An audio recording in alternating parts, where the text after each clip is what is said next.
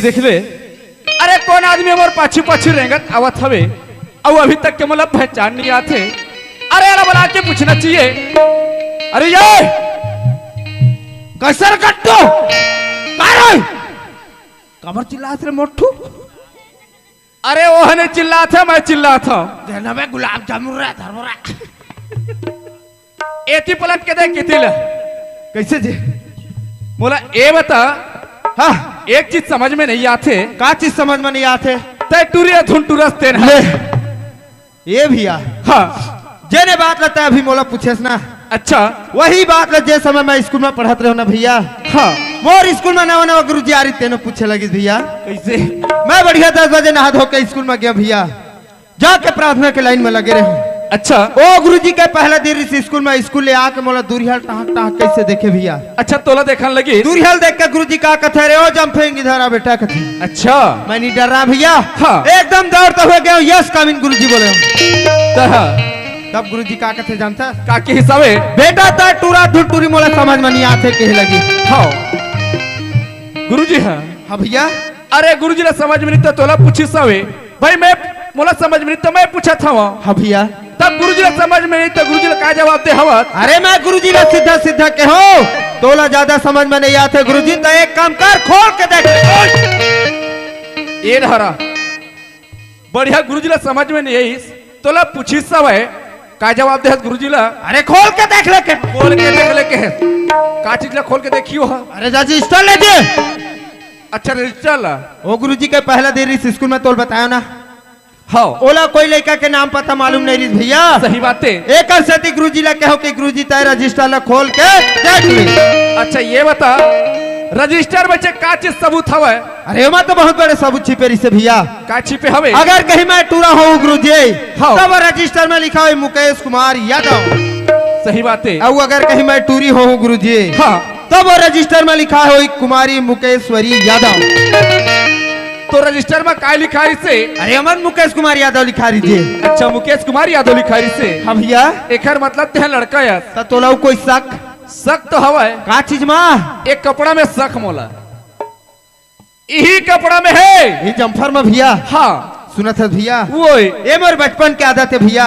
अच्छा जब तक के मैं नहीं पहिरू ना हाँ मोर चले फिर बैलेंस नहीं बने भैया। अरे बैलेंस वाले ये भैया वो तय कपड़ा के बारे में पूछे ना भैया। हाँ जब मोर जन्म हुई मोर दाई दमा सुघर छठी मंगल सोहर मनीष भैया।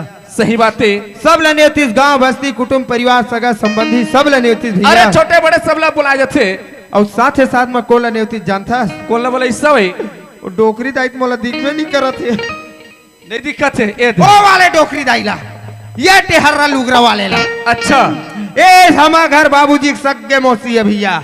ये डोकरी दाई है। ए डोकरी दाई है। हाँ ये ला कानो कान चेतारी से टूरा लइका है मौसी टूरा लइका। सही बात है। तो ये डोकरी दाई समझदारी होना चाहिए नहीं है। का बर जब टूरा लइका आ है मोर नाती होए है। हाँ मैं सुघर जीन्स और टी शर्ट सट्ठी में लेगो कतीस नहीं। सही बात है। छठी में हाँ कहाँ पावे भैया छुई खदान के बाजार में जम्फा ला ले ले। हाँ सोड़ मोल ले मोल पहिरा दे बीच अंगनम गोल लमाक फदा फस से के लागी तोर पेटला मोर पेटला ये डोकरी दाई है। अच्छा उही दिल मोर जम्फर पहिरे का आदत बने भैया। उही दिन ले बने है का। हाँ भैया सुना था मुकेश। अरे वो बचपन के बात है। अच्छा जवान हो गया हवस तोला समझदारी होना चाहिए कपड़ा ला पहनो का नहीं पहनो कहीं के ये नहीं जमत है भैया। नहीं जमत है भाई। सुना था हाँ अरे भैया। आए बार तो आथस मोर पाछू पाछू बिल्कुल आथो लेकिन भैया। अपन साथ में नहीं लेगा। ये भैया हाँ ये तय का बोला था भैया आज तय मोला ये बीच में धर्म ला के एक अकेला छोड़ के जाऊं कथा भैया। हाँ मैं तोर बिना एक पल नहीं रह सको भैया। तय जैसे कहे तैसे करे बर तैयार हो। तैयार हस ना। हाँ भैया। मुकेश अगर मोर साथ में तोरा जाए बर है ना जेने कपड़ा पहने हस एक कपड़ा ले उतार में तलेगू भाई नहीं तो नहीं लेगा। ऐसे का हाँ बिल्कुल उतार के आतो भैया मैं तुरंत उतार किया।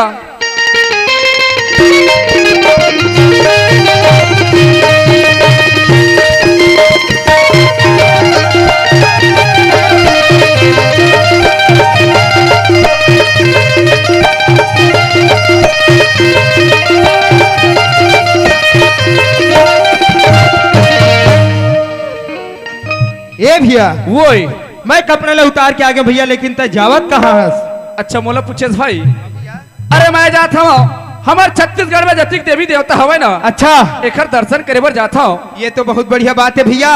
आज तो साथ में जाके महू छत्तीसगढ़ के जम्मू देवी देवता के दर्शन ला पा जाऊं भैया। ऐसे हाँ भैया। सुनत हस मुकेश, हो धन हमार मन की किस्मत है संगवारी, और धन हमर मन के भाग्य भैया। ए बस्ती में आए हम आए हन भैया। अबे चार गंगा के दर्शन ला पाए हम। ये भैया ओए आज यहाँ जतिक लबाल अब दिखत हवे तेमन का चीज है गंगा मोर भाई तोरी कर मन के मस्त जयकारा लगा ले। हमर भैया बोल दे गंगा मैया के